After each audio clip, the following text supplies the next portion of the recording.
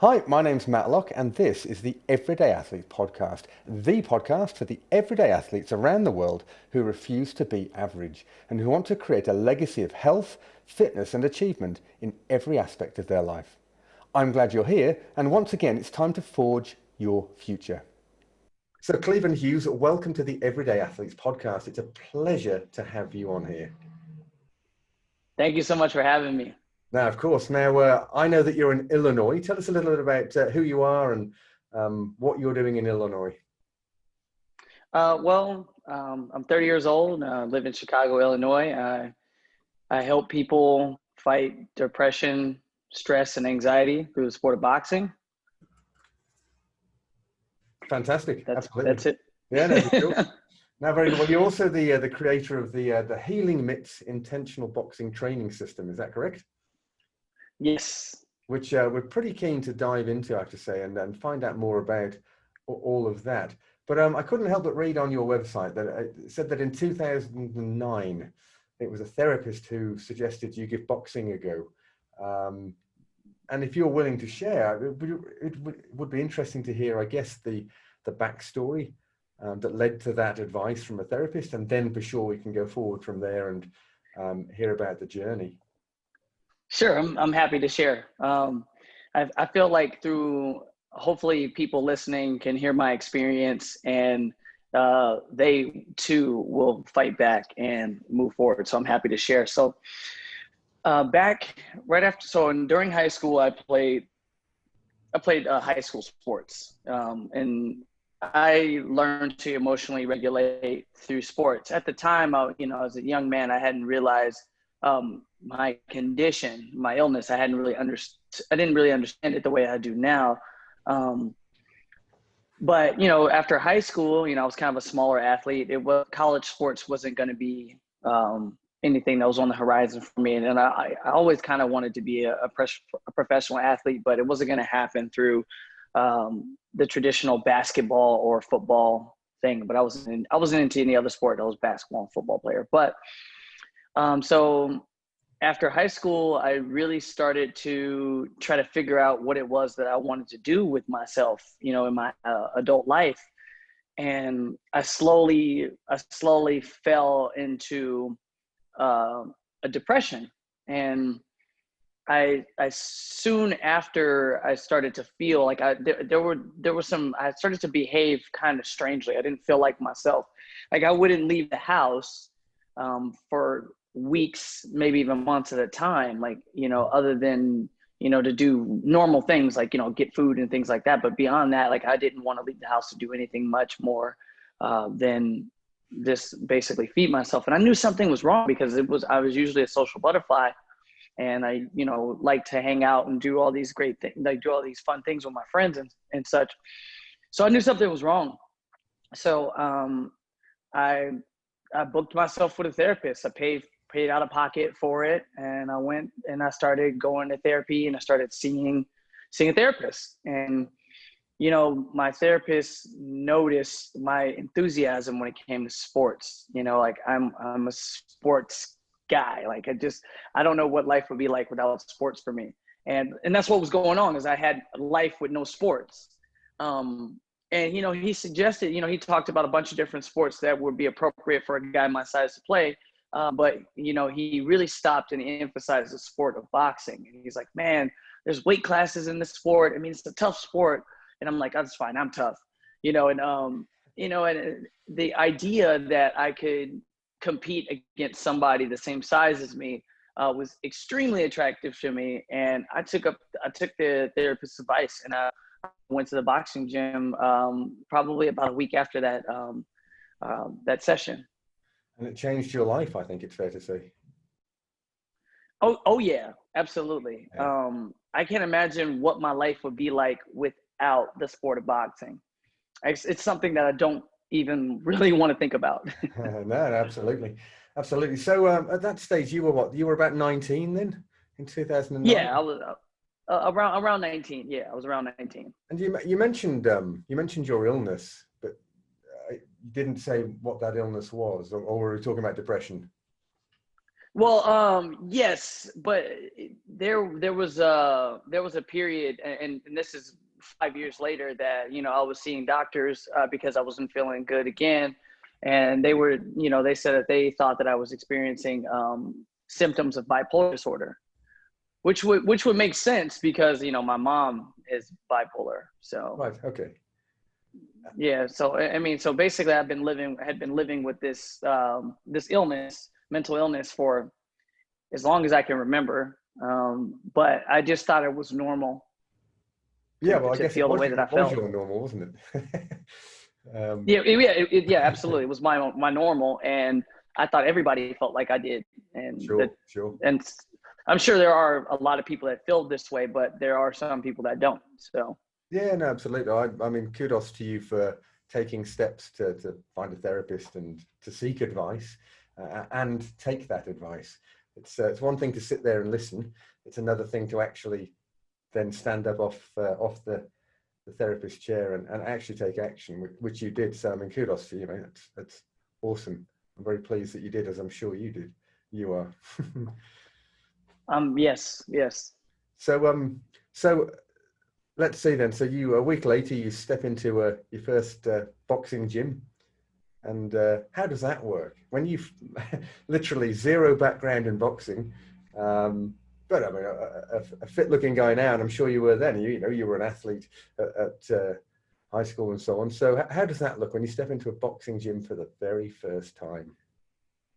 It's very humbling, because as an athlete, you walk into a boxing gym like an athlete, but you never done this sport before, and you don't know what the finer details are about. And you assume that the boxing is about brute strength and aggression, but it's a lot more relaxed and zen-like than meets the eye. Hmm.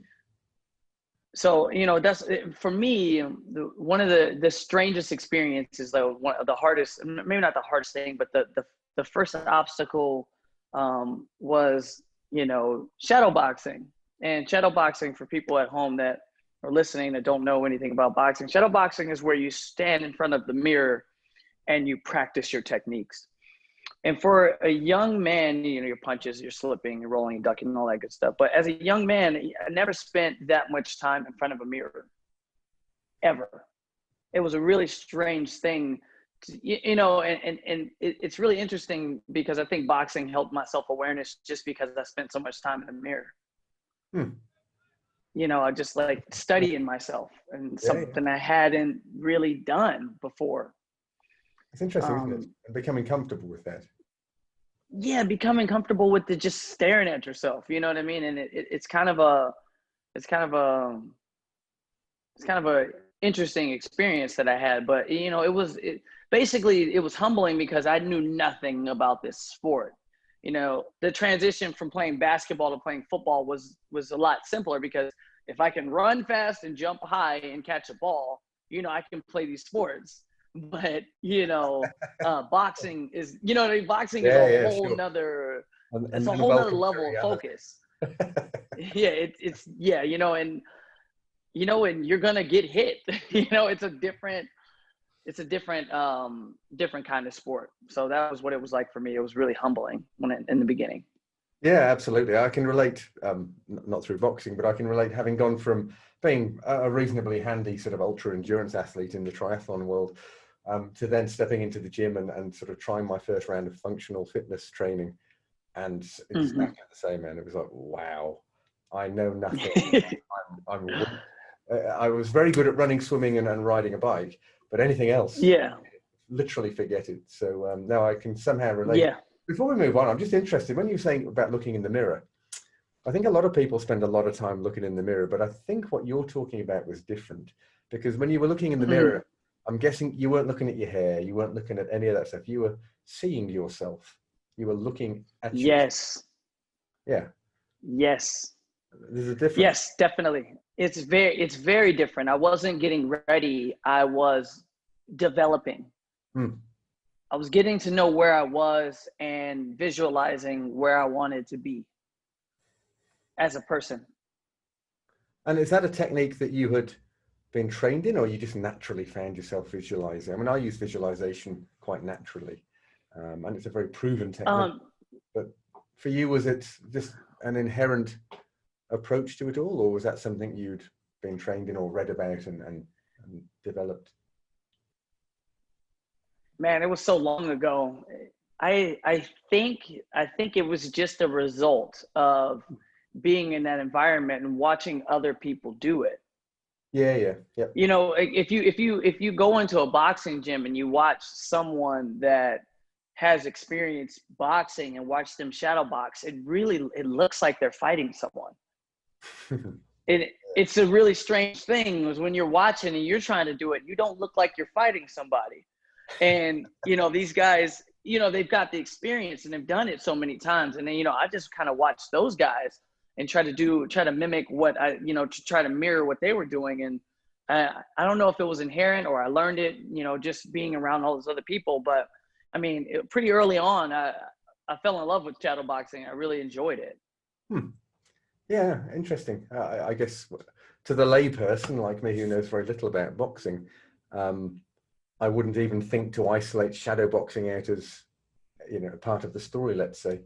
I only Yeah. sort of could imagine the training, and then you see what happens in the ring, of course, which is the more publicized aspect of it all. But so you fell in love with boxing, and I guess take us on the journey. What, other than the physical fitness, which is obvious by looking at you now, and any boxer, amateur or professional I've seen, they're normally pretty fit. They're fit and they're quick on their feet and have quick hands. But other than the physical fitness, what did it do for you? How has it served you? Well, there is a certain level of relaxation that you need in order to get into the boxing ring and perform, like all sports. But the difference, I think, in boxing is that there is a real danger, it's pretty apparent the danger. Like, in a football game or basketball game, yes, people get hurt, you know, but usually they're like, they twisted their ankle or something like that. Um, but in boxing, it's the only sport where you win by knocking the other person out. By, you're causing a brain injury to someone else. Right. Yeah, yeah. It's the only sport. It's the only sport that's the goal that I know of. I haven't seen any other sports like it yet. But, and for you have to get in there and can't think about getting hurt. You have to manage your anxiety. You have to manage everything that's going on in order for you to stay mentally prepared to move out of the way and defend yourself so you don't get hurt. Hmm. And that obstacle is, it's not a simple task to do, especially when someone's trying to take your head off. But that was, and that's what it was Sure. for me. You get angry in there and it doesn't serve you. You get afraid in there, it doesn't serve you. The only thing that serves you in that ring is to be in the moment and taking your time and being focused. There's a lovely phrase which I heard coined by Alethea Boone, who's a multiple times CrossFit Games athlete and former professional gymnast and Commonwealth Games athlete and so on. And she certainly talked about the best one great piece of advice she gave was her words, be where your feet are.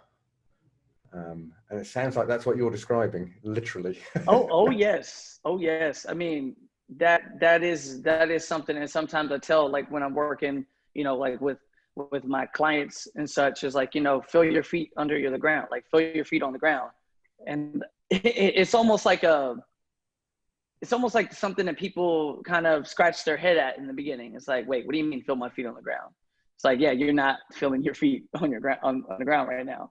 You need to be here present with me in this moment in order for you to take in what it is that I'm trying to teach you, Yeah, absolutely.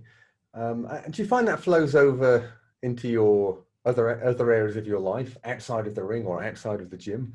Are those Oh skills yes. you've now been able to apply outside of that environment? Oh yes. I'm a big believer in whatever you're doing at any time, you're getting better at it.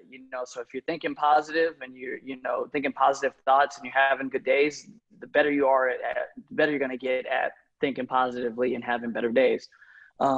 So when you're in the gym and you're managing your anxiety, because there's a real threat in front of you, a lot of people, like depression and anxiety comes from thoughts of either like the past or the future. Leaving the moment is where we go wrong. And boxing helped me just kind of slow everything down. And even and obviously I'm not perfect. There are times where I leave the moment, and it's easy for me to remember. Like, I think about it. I think about a lot of things like boxing. And it's like, I can handle what's in front of me. I don't need to be afraid of what the future holds, because all I got is to do is focus on right here, right now. And anything, I can't change the future. I can't change the past. I just need to stay focused on what's right in front of me. Mm-hmm. And it really is. And boxing taught me how to do that. Like, I can't think about getting hurt. I can't think about anything else but getting in there and defending myself and performing the way I should perform. I mean, it's almost the perfect analogy for life, isn't it? I sincerely do agree with that. Because I mean, like, there's a Mike Tyson quote: "Everyone has a plan until they get punched in the face." I love that quote. And when you get punched in the face, now what? You've been punched in the face. Now what are you going to do? Yeah. Yeah, absolutely. So. No, I love that quote. And I think if you think about, we're recording this at the time where we're still very much, the world is trying to get COVID-19 under control. And yeah, I mean, all the people and all the businesses in the world had a plan in some form or other. And yeah, we globally got punched. So yes, time to adapt. But yeah, I mean, I think that's a very a well understood and well coined quote, which is perfect. But Cleveland, I'm conscious of time, and I'm conscious we haven't we got into the sort of intentional boxing training system yet, healing mitts, and so I know that we're going to get on a second session to talk about that. So I think for now, I mean, I appreciate that you've been very candid in sharing with sharing your backstory and sharing how boxing has helped you, and I'm certainly using some of the terms off your website. But it's what you've spoken about in terms of helping you regulate your emotions, sharpen the mind, and to be more confident in all aspects of life. I mean, that's obviously fantastic to hear, and I think very relatable for a lot of the people that will listen to this in their own sport, whichever sport it is, and typically functional fitness training, or maybe a bit of triathlon as well. But I appreciate you sharing so candidly. And are there any other? Before we dive into the next session and talk about healing mitts, is there anything in particular you'd like to share about the boxing journey, or if someone's thinking about if they're looking for a new sport or they're looking to get fit, how boxing may serve them in the same way it served you? Yeah, if you can get over the hesitation of going into a boxing training environment. Now, not everyone that goes into boxing training has to do competition, maybe even has to spar. Like, you don't have to get in the ring in order to do boxing training. And I sincerely believe that if you go into it and you take into account some of the things that I said here about focusing on what you're doing and being in the moment, that it will have a positive impact on you. So anybody out there that's been thinking about it, stop thinking about it, get up and take some action. And I would love to hear from you guys to tell and hear about your experience of what it was like when you started your boxing training, and seeing if you got any of the same benefits I did. Yeah, no, awesome. Thank you. That's wise words. And in your experience, the boxing community is normally very welcoming, I would imagine. Oh, yes. Very welcoming. So anyone feeling a little bit maybe apprehensive about taking that first step through the doors of their local boxing gym, just kind of go for it, because in my experience, any of these different sporting communities are normally super welcoming.